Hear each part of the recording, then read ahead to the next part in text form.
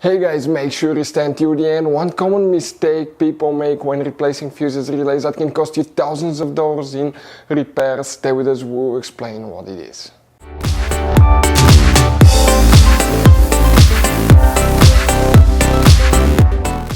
Hey guys, welcome back to Auto Repair guys. Thank you guys for watching and subscribing to the channel. Today will be super helpful video to any of you guys having a Mercedes E-Class generation from year 2010 to year 2016. This is the E-Class known as generation W212.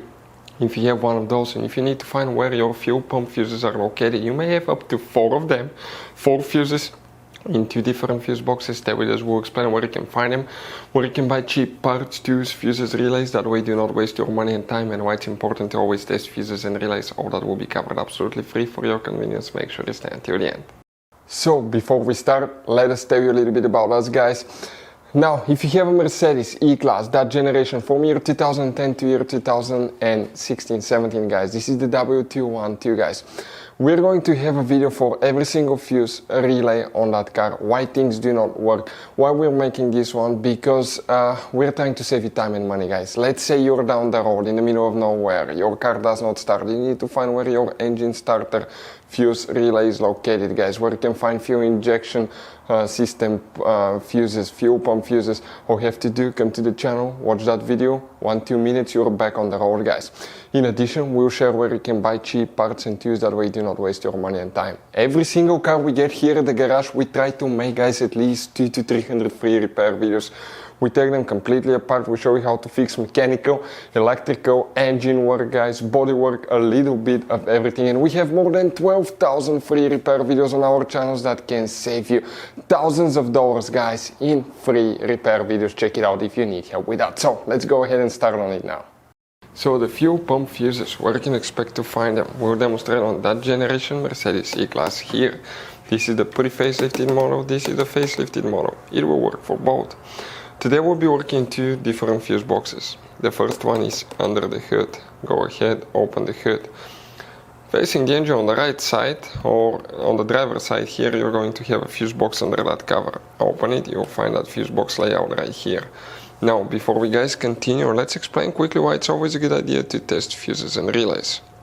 So it is super important guys to always test fuses and relays, and something else as well, common mistakes people make. Sometimes you may think that a fuse is good, or you cannot actually see if the fuse is clearly burned, and in that case guys you may put the fuse back together and you may end up spending money and time on parts you don't need, and all we had to do is just test the fuse. So we'll put a link in the description of the video below how to test the fuse. It takes only a few seconds to find out for sure if it's good or bad.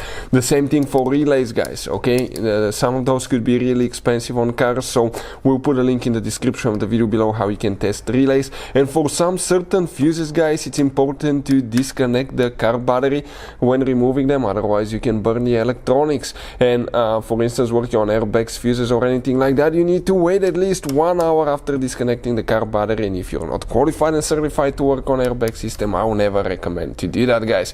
But when disconnecting the car battery guys, okay, common mistake people make, it's important to know which battery terminal you reconnect first. If you do it the wrong way, you can burn electronics modules. How we know about that?